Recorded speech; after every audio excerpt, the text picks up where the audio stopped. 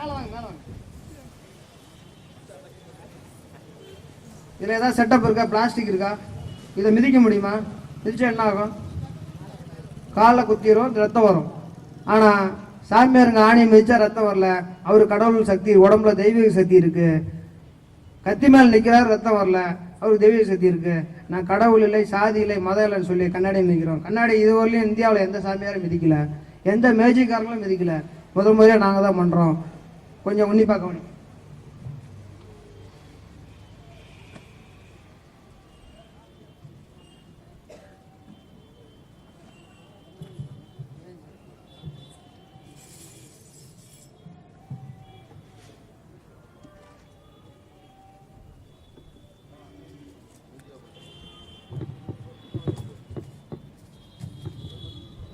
சாதி ஒழிக, மதம் ஒழிக, பெரியார் வாழ்க.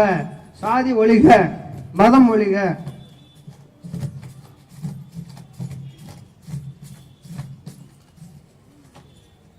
யாராவது மிதிக்கிறவங்க தான் வாங்க. ஏதாவது பக்தர்கள், தீ மிதிச்ச பக்தர்கள், ஆணி படுக்க பிடிச்ச பக்தர்கள் இது வந்து மிதிக்கிறதுனா வாங்க. கடவுள் சக்தியோட வாங்க. காயம் முடிச்சுன்னா என்னை போகக்கூடாது. எந்த சாமியாரும் குலதெய்வத்தை வேண்டிட்டு வந்து மிதிங்க. யாராவது மிதிக்க ஆள் இருக்கா? சாமியாரா இருந்தாலும் வரலாம், மிதிக்கவே முடியாது. இதுக்கு சில ட்ரிக்ஸ் இருக்கு.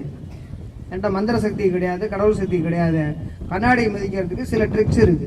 என்னோட உடல் எடையை சமமாக எப்படி வைத்துக் கொள்ள முடியும் அப்படி வைத்து பயிற்சி எடுக்கணும். இதை சிங்கப்பூர்ல ஒரு மெஜிஷியன் செய்து காட்டிக்கிட்டு இருக்கிறாரு. அவர்கிட்ட இருந்து நான் கத்துக்கிட்டோம். யாராவது மிதிக்க முடியும்னா மிதிக்க முடியும். தோழர்களே, இது போன்ற செய்வதெல்லாம் ஏமாற்று வேலை என்பதற்காகவே தான் இதை செய்து காட்டுறோம். வேற ஒன்றும் இதை வச்சு நாங்கள் பிழைப்பு நடத்தவோ, நாளைக்கு இங்கே வந்து சட்டமன்ற எலெக்ஷன் நின்று ஓட்டு கேட்கவோ நாங்கள் இது செய்யல. இதிலிருந்து நீங்கள் இந்த மூட நம்பிக்கையிலிருந்து விடுபட்டு விடுதலை அடைபட வேண்டும் என்பதற்காக தான் இதை செய்து காட்டுறோம். தொடர்ந்து தலைவர் அவர்களுக்கு பேசிய பிறகு மீண்டும் நிகழ்ச்சி நடைபெறும் என்று கூறிக்கொண்டு விடைபெறுகிறேன். நன்றி, வணக்கம்.